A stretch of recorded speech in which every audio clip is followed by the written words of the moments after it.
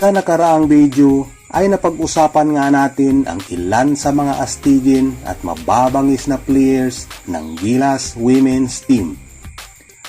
Sa bidyong ito ay atin pang isa-isahin ang ilan pa sa mga magagaling at hinahangaan natin na animoy kilos lalaki sa loob ng court pero babaeng babae kapag hindi nasuot ang Gilas Pilipinas jersey.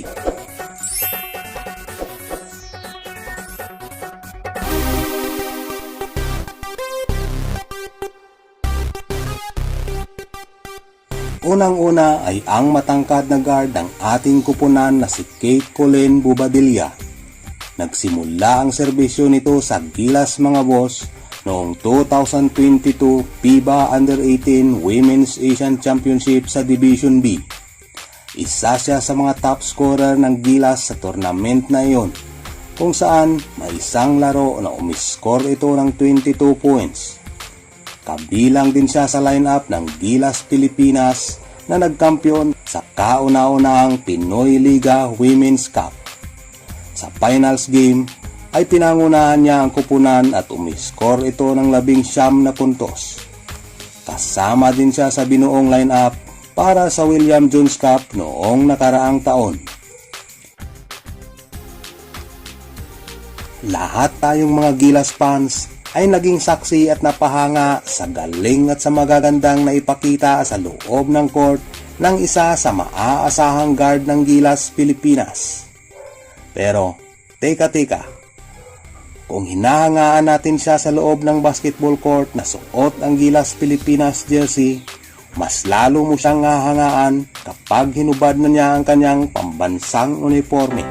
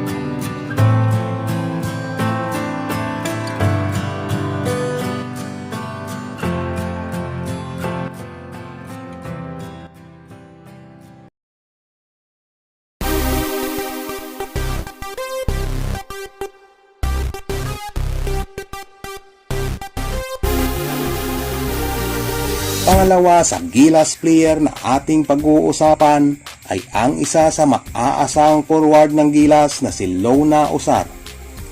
Una nitong nirepresenta ang ating bansa suot ang Gilas Pilipinas jersey mga boss noong 2022 FIBA Under-18 Women's Asian Championship sa Division B, kung saan isa din siya sa top scorer at inaasahan ng ating kupunan sa bawat laban. Kabilang din siya sa Gilas lineup noong 2023 FIBA Women's Asia Cup at isa din siya sa nagrepresenta ng ating bansa sa 2024 FIBA Women's Basketball World Cup 2026 pre-qualifying tournament.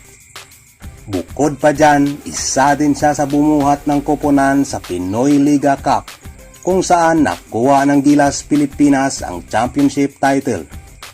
Iyan si Lona Usar sa loob ng basketball court. Astigin, magaling, maaasahan, at ito naman siya kapag nasa labas na ng basketball court.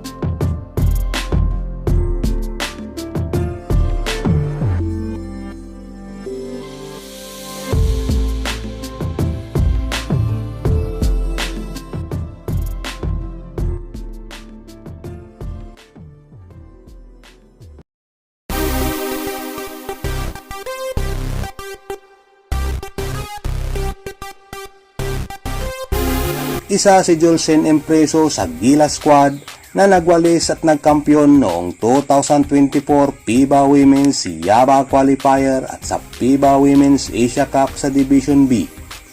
Sa isang laro kalaban ng kupunan ng Maldives, nagambag siya ng 18 puntos para tambakan ang kalaban at ipanalo ang laro. Sa si Empreso sa itinuturing na batang player at maaasahang guard forward ng Gilas Pilipinas. At katulad ng dalawang naunang mga player na nabanggit, napahanga din tayo ni Empreso sa kanyang shooting, ball handling, sa kanyang magandang opensa at depensa.